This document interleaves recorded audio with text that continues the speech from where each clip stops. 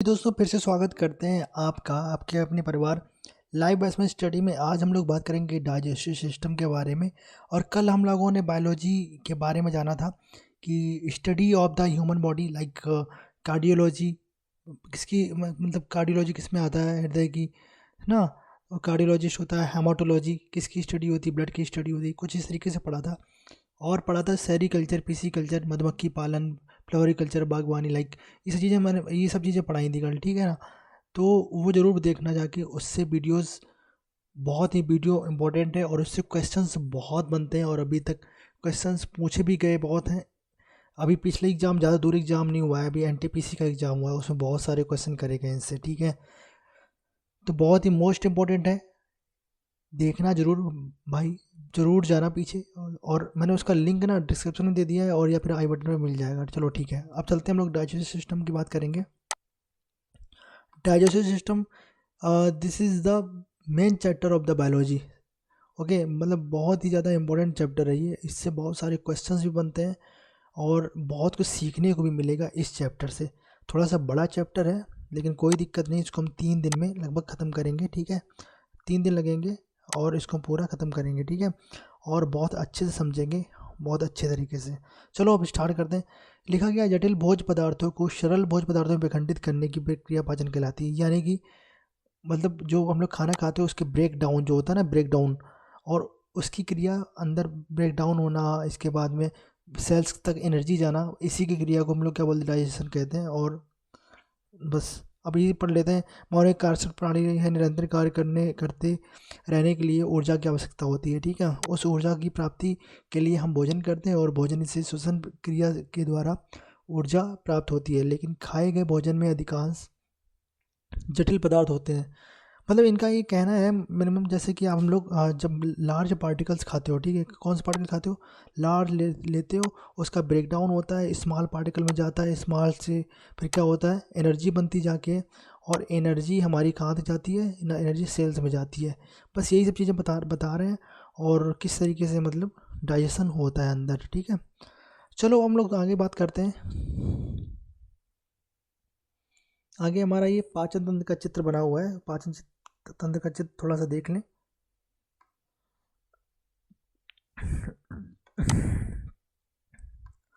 ये लिखा हुआ है जीवा, ये यहाँ पे है, जीवा है, मुंह है, और जो मेन चीज़ है हमारे, जैसे ईशोफेगस हो गया जाके ना, ईशोफेगस बोलते हैं इसको, क्या बोलते हैं, इस नली को क्या बोलते हैं गाइस, इस नली, देखो ये हमारा लीवर हो गया जाके, ठीक है, ये हमारा एक यकृत है, लीवर है।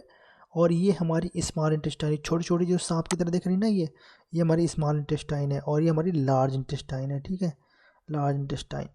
अब इतना हमने देख लिया, ये हमारी लार्ज है और ये हमारी स्मॉल है, यानी कि ये छोटी आंत है ये बड़ी आंत है। अब चलो आगे चलते हैं हम लोग।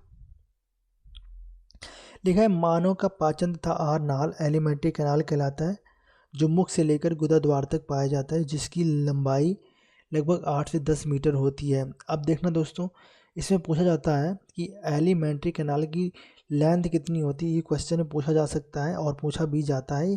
तो हम क्या बताएंगे, 8 से 10 मीटर होती है। कितनी होती है, 8 से 10 मीटर होती है।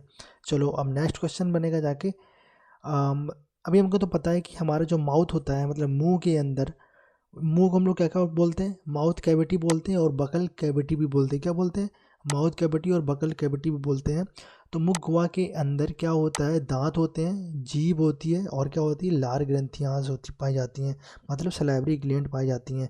कितनी होती हैं, 3 जोड़ी होती हैं, ठीक है, कितनी होती है, 3 जोड़ी होती हैं, यानी कि ये जोड़ी में पाई जाती है, पेयर्स में पाई जाती है, ठीक है।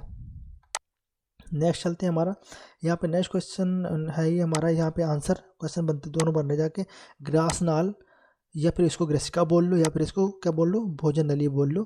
इसको इंग्लिश में बोलते हैं ईशोफेगस, याद करो इंग्लिश में ईशोफेगस। ईशोफेगस मीन्स क्या होता है, ग्रास नाल, ग्रेसिका, भोजन नली। ईशोफेगस की लेंथ कितनी होती है, 25 सेंटीमीटर। कितनी होती है गाइज, 25 सेंटीमीटर, ठीक है। और इसका इंपॉर्टेंट क्या है, ग्रास नाल में कभी पाचन नहीं होता है, यानी कि ईशोफेगस में पाचन नहीं होता है, डाइजेशन नहीं होता है। ईसोफेगस होता है क्या, जो चित्र में दिखाते हैं, मैंने भी दिखाया था।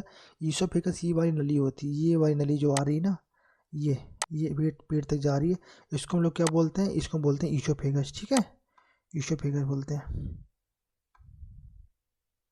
चलो हम लोग चलते हैं आगे क्वेश्चन देखते हैं।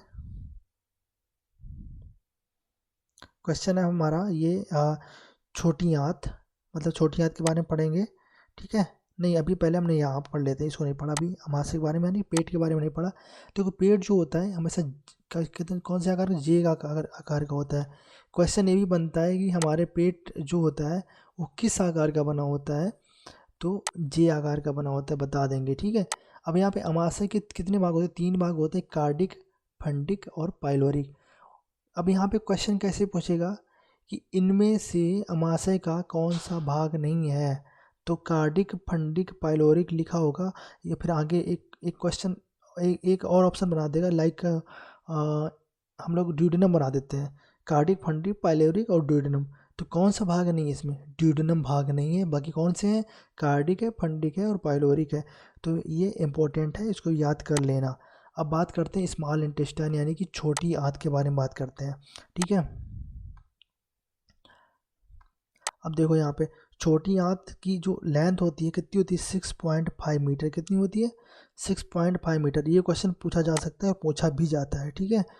और जिसमें पाचन व अवशोषण सर्वाधिक होता है।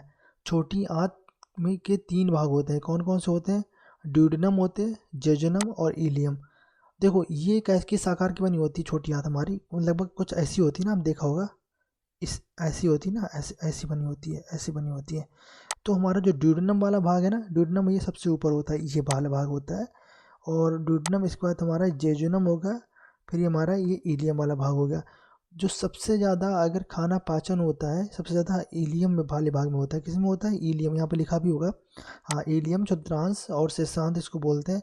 इस भाग में सर्वाधिक अवशोषण की क्रिया होती है, क्योंकि इस भाग में सूक्ष्म तंतुत्व पाई जाती है, जिन्हें हम लोग क्या बोलते हैं, विलाई या रसांकुर बोलते हैं, क्या बोलते हैं, विलाई या रसांकुर बोलते हैं, ठीक है।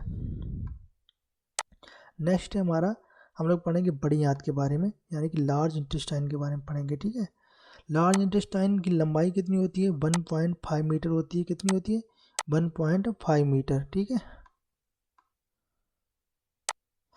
और बड़ी आंत में पाचन नहीं होता है, ये सबसे मोस्ट इम्पोर्टेंट चीज़ है, इसमें डाइजेशन नहीं होता है, यहाँ केवल जल का पुनः अवशोषण होता है, क्या होता है, जल का पुनः अवशोषण होता है। और बड़ी आंत के भी 3 भाग होते हैं, बड़ी आंत के होते हैं सीकम, कोलन और ये रेक्टम। और छोटी आंत के ड्यूडेनम, जेजुनम और इलियम, ठीक है। और रेक्टम वाले भाग में क्या होता है, यहाँ मल एकत्रित रहता है, और ये जो मल एकत्रित होता है ये कहाँ से निकल जाता है, ये एनस से निकल जाता है, यानी कि हमारी गुदा द्वार से निकल जाता है, ठीक है। ये देखिए, अब बात करते हैं कि हम लोग किस तरीके से, कैसे हमारे ब्रेक डाउन होता है, कैसे डाइजेशन होता है, ठीक है। चलिए, सबसे पहले भोजन लिया हमने, भोजन को ग्रहण किया, ठीक है। ग्रहण करने के बाद जब अंदर चला गया पेट में, इसके बाद में क्या होता है, भोजन का ब्रेक डाउन होता है, यानी लार्ज पार्टिकल से स्मॉल पार्टिकल में ब्रेक डाउन होगा, मतलब उसको पीसना स्टार्ट होगा, ठीक है, ठीक है। अब क्या होगा, इसके बाद में अवशोषण होगा, अवशोषण मतलब वहाँ पे जो पोषक पदार्थ होते हैं वो शरीर में जाने लगते हैं। इसके बाद क्या होता है, श्वांगीकरण होता है। श्वांगीकरण क्या होता है, जो पोषक तत्व होते हैं वो कहाँ जाएंगे, अब हमारे हमारे सेल्स तक जाएंगे। जब सेल्स के पास जाएंगे तो हमारे सेल्स में क्या मिलेगी, एनर्जी। जब एनर्जी मिलेगी तो हमारी बॉडी होगी एक्टिव, ठीक है। और इसके बाद में क्या होता है, उत्सर्जन, मतलब वही जब एक्टिवेशन हो जाता है ना, उसी को हम उत्सर्जन बोलते हैं, ठीक है। और ये मैंने शायद यहाँ पे, हाँ यहाँ मैंने यहाँ पे नोट डाउन भी कराया है, ये देख लिया अवशोषण और स्वांगीकरण के बारे में। अब बात करते हैं यहाँ पे जीभ के बारे में, ठीक है। जीभ, देखो जीभ मुख गुहा की फर्श के पर कौन सी झिल्ली जुड़ी होती है, फ्रेनुलम, इसका याद करना बहुत ही इंपॉर्टेंट है, ये फ्रेनुलम झिल्ली, ठीक है। ये फ्रेनुलम लिंगुआ झिल्ली से जुड़ी होती है। हमने देखा होगा जब भी हम अपने टंग को ऊपर उठाते हैं तो हमारी टंग वहाँ पे अटकी हुई है कहीं पे, मतलब झिल्ली लगी हुई है, उस झिल्ली का नाम होता है फ्रेनुलम लिंगुआ झिल्ली। क्या नाम होता है, फ्रेनुलम लिंगुआ झिल्ली, ठीक है, याद रखना, क्वेश्चन पूछा जा सकता है।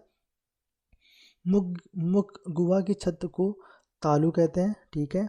कुत्ते अपनी जीभ से ताप नियंत्रण करते हैं, ठीक है, ठीक है। और जीभ का प्रारंभिक कार्य स्वाद का निर्धारण है, जिसके लिए जीभ में 5 प्रकार की कुल 200 से 800 स्वाद कलिकाएँ पाई जाती हैं, ठीक है। इसमें स्वाद कलिकाएँ होती हैं कितनी, 2000 से 8000 तक। अब यहाँ पे बोलेंगे जीभ का अन्य कार्य भोजन को मुंह में गतिशील बनाना एवं एवं बोलने में मदद करना होता है। इतना सबको मालूम है।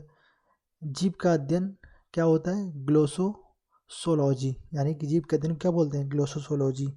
और इस ऐसे अध्ययन को मैंने बहुत सारे कल वीडियो बनाया है, ठीक है। इसी तरीके का अध्ययन का मैंने कल वीडियो बनाया है। और जीभ के अग्र भाग में मीठा होता है, पश्च भाग में कड़वा होता है, ठीक है।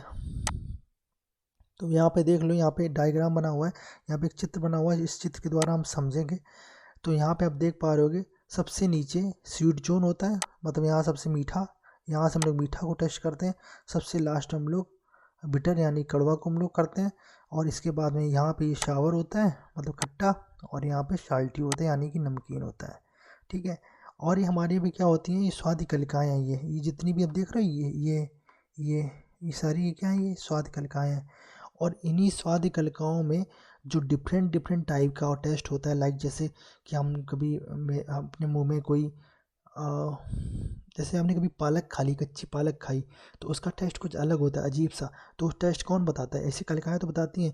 लाइक दैट कभी हमारे मुंह में गलती से मिट्टी का तेल चला गया, कैरोसिन ऑयल चला गया, या पेट्रोल चला गया गलती से भी, तो ये सारी स्वाद कलिकाएँ बताती हैं इसका टेस्ट कैसा है, इसका टेस्ट कैसा है, ठीक है। तो स्वाद कलिकाएँ ही बताती हैं। और अब दोस्तों नेक्स्ट जो आ रहा है, ये दांत के बारे में। अब दांत के बारे में हम लोग कल पढ़ते हैं, क्योंकि इतना ही काफ़ी हो गया। इतना अभी एक दो बार रिवाइज करो तो पूरा हो जाएगा। दांत के बारे में कल पढ़ेंगे, और मैं पूरा वीडियो अपलोड करूँगा। और आप इसका मैं प्रॉपर एक प्लेलिस्ट बनाऊँगा, और प्लेलिस्ट में जाके पूरा देखना आप, ठीक है। और आपको ना, आई होप आपको अच्छा लग रहा होगा, और अच्छा लग रहा हो तो अपने दोस्तों में एक बार शेयर कर दो, जिससे कि थोड़ा सपोर्ट मिले। अच्छा कंटेंट है, ऐसा कहीं नहीं मिलेगा जितना अच्छा कंटेंट मैं बता रहा हूँ। मैंने पूरा प्रॉपर तरीके से टाइप करवाया है पीडीएफ में। और अगर आपको पीडीएफ चाहिए ना, तो मुझे आप इंस्टाग्राम पे मैसेज करना, मैं वहाँ पे पीडीएफ प्रोवाइड कराऊंगा। और बहुत ही जल्दी टेलीग्राम ग्रुप बना लूँगा, ठीक है। जैसे कुछ थोड़े से मेंबर बढ़ते हैं, टेलीग्राम ग्रुप बना लेंगे, और वहाँ पे फिर सारी चीज़ें पोस्ट करेंगे। तो अभी आप हमको इंस्टाग्राम